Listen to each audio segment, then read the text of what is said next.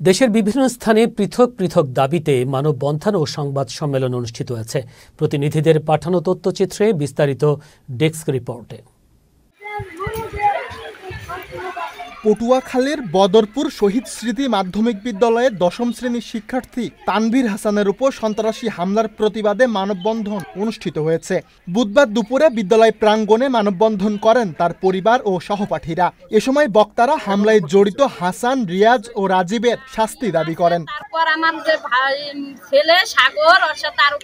নানা অনিয়ম ও দুর্নীতির অভিযোগে ঝিনাইদহ চক্ষু হাসপাতালের সহকারী পরিচালক মিলন হোসেনের বহিষ্কারের দাবিতে বিক্ষোভ ও মানববন্ধন করেছেন চিকিৎসক, কর্মকর্তা ও কর্মচারীরা। বুধবার সকালে কর্মবিরতি দিয়ে মিছিল সহকারে জেলা প্রশাসকের কার্যালয়ে জড়ো হন তারা। পরে সেখানে মানববন্ধন কর্মসূচি পালিত হয়। বরগুনা তালতলী কড়ইবাড়িয়া বাজার ও জেলা পরিষদের পুকুরের চারপাশে অবৈধ স্থাপনা উচ্ছেদ ও পুকুর সংস্কারের দাবিতে মানববন্ধন করেছে স্থানীয়রা। বুধবার দুপুরে কড়ইবাড়িয়া বাজারে এ মানববন্ধন অনুষ্ঠিত হয়। এ সময় বক্তারা পুকুরটি দূষণ ও দখলমুক্ত করে মানুষের ব্যবহার উপযোগী করার দাবি জানান।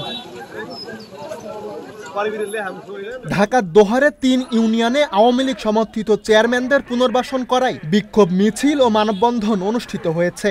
বুধবার দুপুরে গণতন্ত্রগামী ও স্বৈরাচার বিরোধী দোহারবাসীর ব্যানারে এ মানববন্ধন অনুষ্ঠিত হয়। এ সময় বক্তারা বলেন, যারা ছাত্রদের ওপর হামলা চালিয়েছে দোহারের মাটিতে তাদের জায়গা হবে না।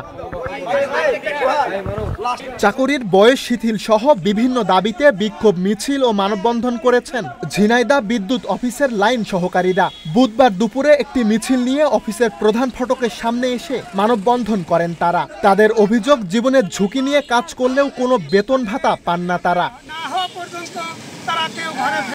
ফরিদপুর পৌরসভার বর্ধিত সীমানায় অন্তর্ভুক্তি বাতিলের দাবিতে বিক্ষোভ মিছিল ও মানববন্ধন করেছে কৃষ্ণনগর ইউনিয়নবাসী। বুধবার দুপুরে ফরিদপুর প্রেস ক্লাবের সামনে এই মানববন্ধন অনুষ্ঠিত হয়। পরে পৌরসভায় অন্তর্ভুক্তিতে নানা সমস্যা উল্লেখ করে অতিরিক্ত জেলা প্রশাসক বরাবর স্মারকলিপি জমা দেন তারা। মুন্সিগঞ্জে ছাত্র আন্দোলনের হত্যা মামলায় 2 আসামিকে জামিনের প্রতিবাদে মার্চ টু জর্জ কোর্ট অনুষ্ঠিত হয়েছে। বুধবার সকালে জেলার শহীদ চত্বর থেকে মার্চ টু জর্জ কোর্ট অনুষ্ঠিত হয়। শিক্ষার্থীদের অভিযোগ, 4 আগস্ট গুলি করে 2 শ্রমিক হত্যা মামলায় ছাত্রলীগ কর্মী রাহিম ও যুবলীগ কর্মী জাহাঙ্গীর আলমকে জামিন দিয়েছেন chief judicial magistrate Ifti Hasan Imran. তদন্তকারী কর্মকর্তা প্রাথমিক তথ্য প্রমাণ আদালতে জমা দেওয়ার পরও জামিন দেয়াকে নজিরবিহীন বলে অভিযোগ করেন শিক্ষার্থীরা। কিশোরগঞ্জের পাকুন্দিয়ায় খাল ভরাট করে ইকোনমিক জোনের সীমানা প্রাচীর নির্মাণের প্রতিবাদে মানববন্ধন করেছে স্থানীয় চাষি ও এলাকাবাসী। বুধবার দুপুরে কিশোরগঞ্জ ইকোনমিক জোনের সামনে এ মানববন্ধন অনুষ্ঠিত হয়। এ সময় বক্তারা জানান, শতবর্ষী প্রবাহমান খালটি ইচ্ছাকৃতভাবে বন্ধ করে সীমানা প্রাচীর নির্মাণ করা হয়েছে। এতে আশেপাশের 7টি গ্রামের আমন ধান সহ ফসলের মারাত্মক ক্ষতির শঙ্কা দেখা দিয়েছে। ভারতের মুম্বাইয়ে ইসলাম ধর্ম ও রাসূল সাল্লাল্লাহু আলাইহি ওয়াসাল্লামকে নিয়ে কটূক্তি করার প্রতিবাদে মানববন্ধন ও বিক্ষোভ মিছিল করেছে কুমিল্লা বিশ্ববিদ্যালয়ের শিক্ষার্থীরা। বুধবার দুপুরে বিশ্ববিদ্যালয়ের মূল ফটকের সামনে এ মানববন্ধন অনুষ্ঠিত হয়। এ সময় বৈষম্য বিরোধী ছাত্র আন্দোলনের কুমিল্লা জেলা সমন্বয়ক আবু রায়হান সহ বিশ্ববিদ্যালয়ের শিক্ষার্থীরা উপস্থিত ছিলেন।